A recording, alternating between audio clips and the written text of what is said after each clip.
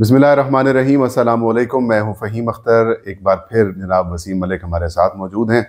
यही आज हमारे हत्थे चढ़े हैं दोबारा, क्योंकि आज इस्लामाबाद में या वकील थे या फिर सुप्रीम कोर्ट थी और जुडिशल कमीशन का इजलास था। सुप्रीम कोर्ट से पहले तो खबरें ये आती थी कि आज इस जज ने ये कहा है, आज उस जज ने ये कहा, ये फैसला हुआ, इसकी क्लास हुई, ये मामला रोक दिया गया, एक्शन हो गया। अब खबरें ये आ रही हैं कि ये जज आ गया है, ये जज आएगा, ये जज गया। मतलब अपनी मर्जी की जो है वो इस वक्त सुप्रीम कोर्ट और हाई कोर्ट्स बनाने की जो कोशिशें हैं वो इस हुकूमत की जा रही हैं। जुडिशल कमीशन ऑफ पाकिस्तान का इजलास होता है। इस इजलास में सुप्रीम कोर्ट ऑफ पाकिस्तान के नए जजेस की तैनाती या फिर उनको तैनात करने के हवाले से मीटिंग होती है, और ये बड़ी हंगामा खेज मीटिंग थी।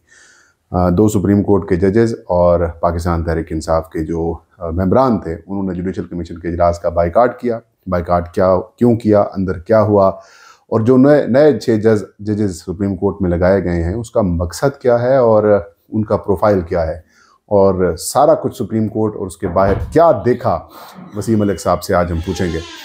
बहुत शुक्रिया वसीम मलिक साहब आपके वक्त का।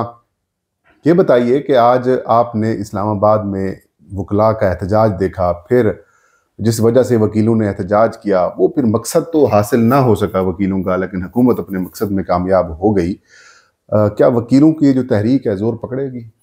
अच्छा देखिए, उस पर भी हम आते हैं। आज एक पहला पावर शो था वकला का। वकला के ऊपर क्रिटिसाइज़ होता था कि जी आप टीवी पर तो बड़ी बातें करते हैं 26वीं आईनी तरमीम के बाद, लेकिन आप ग्राउंड पे नज़र नहीं आते, वकला तहरीक शुरू नहीं होती। और उसकी भी अब ग्राउंड रियलिटीज़ हैं। इसको जोड़ा जाता है इफ्तिखार चौधरी साहब वाले वक्त की वकला तहरीक के साथ। जी, कामयाबी की तो यही मिसाल, कामयाबी की मिसाल हमारे पास एक है। लेकिन उस वक्त की जो सुप्रीम कोर्ट बार एसोसिएशन थी, जो ये क्रेडिट लेती है कि उसने जनरल मुशर्रफ को उठा के बाहर फेंका था, आज वो डीएचए के प्लाटों के ऊपर कंप्रोमाइज हो चुकी है। और ये एक नॉन फैक्ट है, ये कोई उनके ऊपर इल्ज़ाम नहीं है। लेकिन आज 2 से 3 ऐसी चीज़ें हुई जो मैं समझता हूँ कि डिस्कस होने ज़रूरी है। सबसे पहले तो एक तो एहतजाज वाला फैक्टर है, ज़रूर है।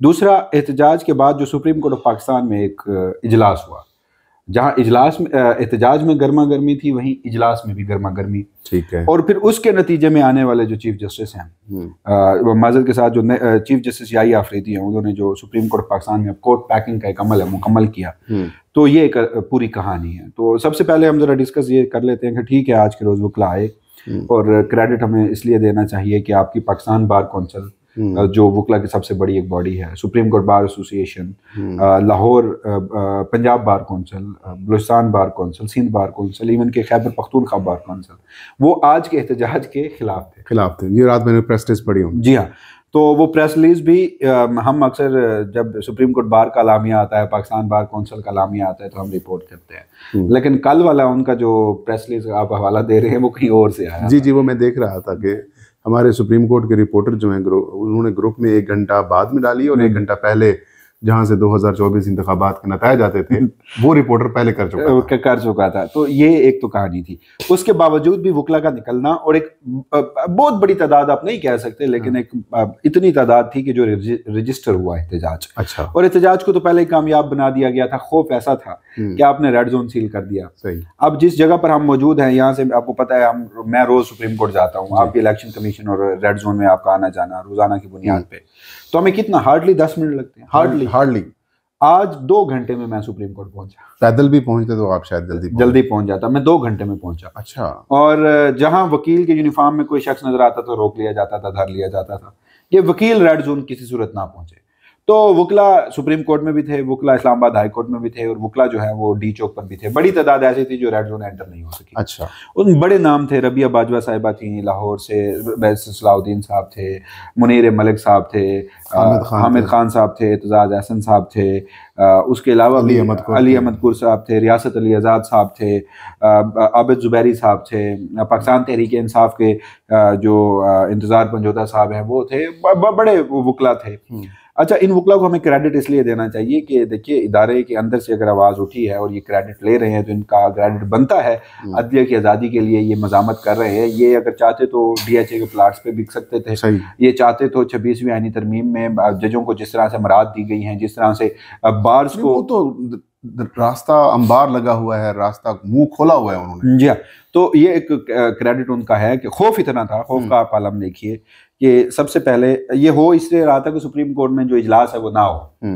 ज़ाहिर सब कह रहे थे कि हाँ जी हाँ, अब आप देखिए कि रेड जोन पहली सिक्योरिटी टेयर, रास्ते बंद, शारा दस्तूर दूसरी सिक्योरिटी टेयर, सुप्रीम कोर्ट एंट्री के वक्त आपको 3 सिक्योरिटी के लेयर से गुजरना पड़ता था, फिर आके वकला का गेट, वहां पर 26वीं आईनी तरमीम के बेनिफिशरीज तो आ सकते थे, उनके मुखालिफ नहीं आ सकते वो रास्ते बंद किए गए। फिर सुप्रीम कोर्ट का वो मरकजी, जब आप वकला गेट से एंटर होके मेन इमारत में एंटर होते हैं मीडिया डाइस के सामने, वहां बाहर पुलिस, उस मीडिया डाइस के अंदर दरवाजे पे एंटर हो, वहां एक चेक पोस्ट, फिर एक कमरा अदालत नंबर 6-7 के सामने चेक पोस्ट, और जजेस ब्लॉक में तो वैसे सहाफी भी नहीं जा सकते ना। अच्छा, आग का दरिया था एक, इतनी आप देख लीजिए इससे खौफ कितना था। सही। अब आ जाते हैं दूसरे नंबर पर एहतजाज जब शुरू हुआ। नहीं, आज से मेरे ख्याल में कोई आईनी जो फौजी अदालतों वाला मामला था, मिलिट्री कोर्ट्स वाला, उसके अंदर भी ये कहा गया कि सलमान अकरम राजा को पहले आ जाना चाहिए था। वो हुआ कुछ यूं कि सलमान अकरम राजा साहब नहीं थे, और ये ऐसा नहीं था, ये इस्लामाबाद हाई कोर्ट हो, सुप्रीम कोर्ट हो, मुतादिद वकला नहीं पहुंच पाए। सही। इवन के Islamabad high court bar association का सदर को तो ये कहना पड़ा आज के रोज कि आप काज डिस्प्लेज मनसूख कर दें क्योंकि वकला जो है नहीं आ सकते। और ये खौफ का आलम था, वकला को जाने नहीं दिया जा रहा था। तो जैसे जमाल मंदोखेल आईनी बेंच में, हालांकि रास्तों की बंदिश गैर जरूरी बंदिश का आईनी मसला है, तो उन्होंने कहा कि सलमान अकरम राजा साहब जो है वो केस चलाना नहीं चाहते, वो अगर चाहते तो उन्हें पता है कि रास्ते बंद है तो आधा घंटा पहले निकल सकते। ये जनाबे मंदोखेल साहब जो है उनकी ऑब्जर्वेशन थी। हाँ, मंदोखेल साहब जजेस कॉलोनी में रहते हैं, वहां पर रास्ता बंद नहीं था। अगर जस्टिस मंदोखेल साहब जजेस कॉलोनी में ना रहते, अगर जस्टिस मंदोखेल साहब प्रोटोकॉल के बगैर सफर करते, तो आज आधा घंटा क्या 2.5 घंटे पहले भी निकलते और मुझे सुप्रीम कोर्ट पहुंच के दिखाते। लेकिन एक आईनी बेंच है, आइन में बुनियादी इंसानी हकूक में ये भी एक है कि रास्ता बंद ना किया जाए, रास्ते खुलने चाहिए। तो वहां पर भी थोड़ा सा आप कह देते, पुलिस वाले IG को बुला लेते कि क्यों रास्ते बंद है भाई। इन जजेस के जो जानशीन थे ना, वो इस मुल्क की 77 साल अदालती तारीख का एक बदतरीन किरदार था काजी फायज़ साहब। सही। वो PTI के दौर में रास्तों के बंदिश पे 100 मोटर नोटिस दिया करता था। हाँ, फैजाबाद धरना मशहूर ज़माना। तो ये ड्रामे जो हैं, ऑस्कर जो है वो उन्हें मिलना चाहिए था। ये वहीं पर आइन और बुनियादी इंसानी हकूक और नोटिस लेते हैं जहाँ पर नून लीग पीपल्स पार्टी को फायदा होगा। अब बजाय तो ऐसी चीजें हैं, और ये अब रिसेंट पास्ट है हमारा सर्कमस्टांशियल एविडेंस चीज बेस कर रही है। हाँ, तो हम अगर मंदोखेल साहब हमारा व्लॉग देखेंगे तो ये चीज सर हम नहीं कह रहे, लोग ये कह रहे हैं, और लोग भी नहीं नजर आ रहे हैं, नजर भी आ रहा है। हम अगर ये बात कर रहे हैं तो कई हम ऐसी एग्जांपल्स कोट कर सकते हैं। तो बहरहाल आते हैं उस इजलास की जानिब, जो सुप्रीम कोर्ट के बाहर भी गर्मा गर्मी और सुना है कि अंदर भी गर्मा गर्मी थी। अंदर गर्मा गर्मी इसलिए हुई कि जुडिशल कमीशन का इजलास था, 2 जजेस justice Munib, justice Mansoor commission के रुकन है, उन्होंने 2 मजीद सीनियर जजेस के साथ मिलकर एक खत लिखा था। सही। तो इजलास शुरू हुआ तो अली जफर साहब ने भी लिखा। तो हिज़्ब इख्लाक की जमात के जो 2 अरकान हैं PTI के, जी हाँ, मेंबर हैं, तो हमें था कि यार जिस तरह समूथ सिस्टम नहीं चला ना बाहर भी, तो अंदर भी आज कुछ ना कुछ गड़बड़ होगी। तो सबसे पहले खबर आती है कि जस्टिस मंसूर अली शाह और जस्टिस मुनीब अख्तर जो है वो इजलास से वॉकआउट कर गए। अच्छा। जिसके कुछ देर बाद दोनों अरकान हिज़्ब इख्लाफ यानी PTI के वो बाहर आते हैं और वो कहते हैं कि जी हमने भी उन जजेस को मौक़िफ़ को सपोर्ट करते हुए बाइकआउट कर दिया।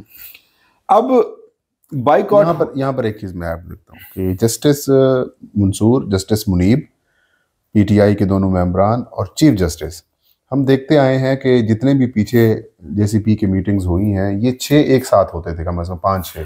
वो ऐसा होता था कि जहाँ याह्या अफरीदी साहब, मैं आपको बताता हूँ, वो ऐसा होता था कि जहाँ याह्या अफरीदी साहब को पता था ना कि मतलूबा नताइज मेरे बगैर हासिल हो सकते हैं, सही, वहाँ पर अपने आप को बचा, वहाँ वो अपने आप को बचाकर इन लोगों के ताव कहते थे मैं रिक्यूजल कर रहा हूँ और मैं तो आज भी एक मौका ऐसा आया, जस्टिस आमिर फारूक के हक में वो वोट ना करते तो जस्टिस आमिर फारूक आज सुप्रीम कोर्ट में एलिवेट ना होते।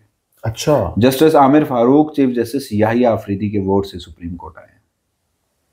ये ब्रेकिंग न्यूज है। तो ये सूरत हाल है ना। कैसे, ये क्या मैं आपको बताता हूँ, किसी और जज ने मुखालफत की उनकी? मैं आपको बताता हूँ।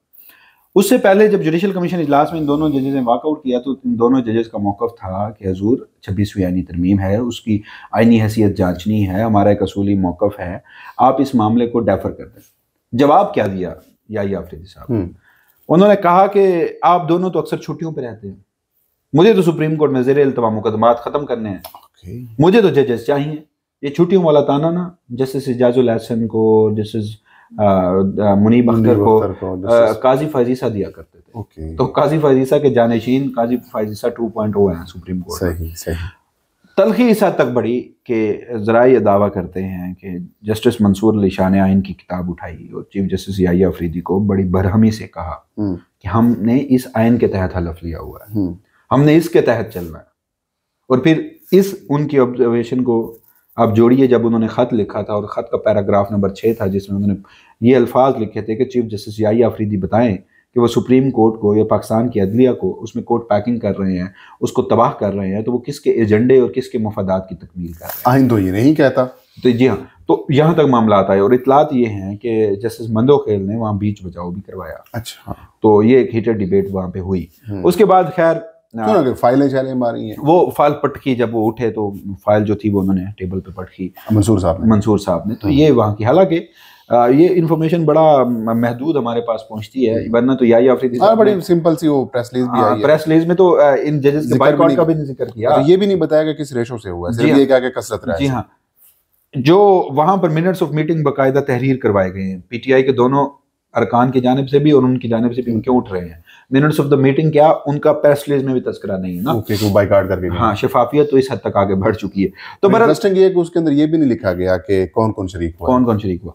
तो बहरहाल फिर 9 अरकान ने जुडिशल कमीशन की मीटिंग आगे बढ़ाई, 5 जजेस तो लग गए अक्सरियत से, याहिया अफरीदी साहब ने भी वोट दिया। अच्छा, जब chief justice Islamabad high court की बारी आई तो जस्टिस जमाल मंदोखेल और पाकिस्तान बार के जो रुकन हैं अख्तर हुसैन, उन्होंने मुखालफत की। उन्होंने कहा कि आमिर फारूक साहब को सुप्रीम कोर्ट ना लाया जाए, वहाँ सीनियरिटी का मामला है, क्योंकि वो बज़ाहिर जो मुसल्लत किए गए ना इंपोर्टेड जजेस 3, ये उन्होंने कहा है कि ये आपकी तरफ है, मतलब ये मेरी इस्लाह तो मेरी है कि मुसल्लत करदा और इंपोर्टेड, लेकिन उन्होंने कहा कि क्योंकि अख्तर हुसैन साहब का पहले भी मौकफ था कि इससे जजेस की सीनियरिटी और इंडिपेंडेंस ऑफ जुडिशरी मुतासर होती है, जजेस के ट्रांसफर, लिहाजा उनको वहीं रहने थे जब तक सीनियरिटी तय नहीं होती। सीनियरिटी 2, क्योंकि 9 लोग बैठे थे, 4 रिक्यूज कर चुके थे, ठीक है, तो पीछे 7 सीनियरिटी फिर भी 13 में से उसकी मेजॉरिटी देखी जानी थी।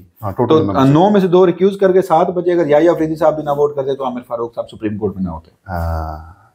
तो ये हुआ। और फिर जस्टिस गुलहसन औरंगजेब, वो मैं उनके बारे में मुझे नहीं समझ आ रही कि उनके कंसेंट से हुआ या नहीं, वरना ना खुदा ही मिला ना विसाल सनम, ना इधर के रहे ना उधर के, ना आप इस्लामाबाद हाई कोर्ट के जज बरकरार रहे, आप इस्लामाबाद हाई कोर्ट के चीफ जस्टिस की दौड़ से बाहर निकल गए, अंदाजा लगाए, और फिर आप सुप्रीम कोर्ट में भी जज नहीं लगे, आप एडिशनल आए, आप एक्टिंग जज हैं, आप सदर मुमलिकत की सवाबदीद पर है, किसी वक्त भी आपको उतारा जा सकता है। जब आप उतारा जाएंगे तो फिर आप कहाँ होंगे? अगर आपको नहीं चले, आपको ये यहाँ तक भी अगर आपको नहीं, 1 साल के बाद अगर नहीं लगाया जाता फिर रिटायर नहीं, इसमें ना मुद्दत नहीं है। ये जो लोग, मेरी अंडरस्टैंडिंग ये है, एडहॉक जज की मुद्दत होती है, अच्छा, एक्टिंग जज की मुद्दत नहीं है, वो किसी वक्त कितने अरसे तक भी कंटिन्यू कर सकते, बाद में कंफर्म भी हो सकते। तो ये बहरहाल उनके साथ हुआ। तो ये सारी सूरत हाल है अब आपके सामने। तो आपको लगता ये है कि सुप्रीम कोर्ट फतह हो चुकी है आज?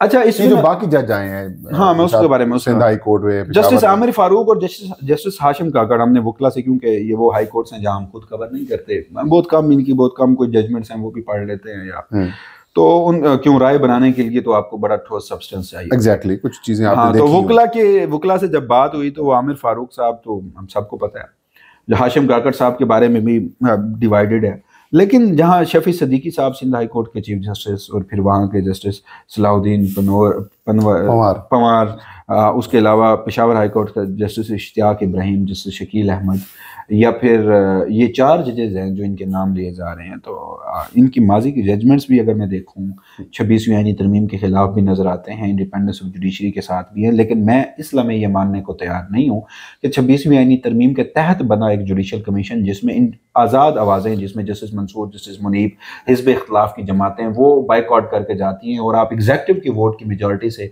सुप्रीम कोर्ट में आते हैं, तो क्या आप उन्हें सर्व नहीं करेंगे? क्या पहले कोई आपसे गारंटियां नहीं ली गई होंगी? क्योंकि जिस तरह कोर्ट पैकिंग का अमल और अदलिया को फतह किया जा रहा है, तो नहीं, इस हद से, इस बात से मैं थोड़ा सा इख्तिलाफ रखूंगा।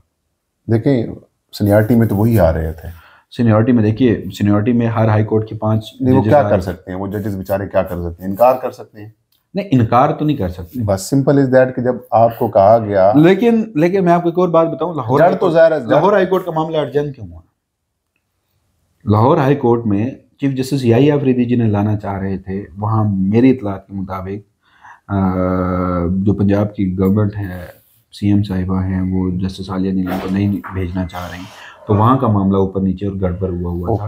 तो मुझे लगता है कि इन जजेस की कंसेंट पहले ली गई होगी। मुमकिन है कि 26वीं तरमीम पर पहले फैसला भी लिखवाया जा चुका हो कि अगर ये फुल कोर्ट में चैलेंज होती है तो जिस तरह के हालात हैं हमारी एस्टैब्लिशमेंट तो बड़े फूंक फूंक के कदम रखेगी ना। तो मैं अब इस किसी खुशी फहमी में नहीं हूँ कि ये इंडिपेंडेंट जजेस आ गए।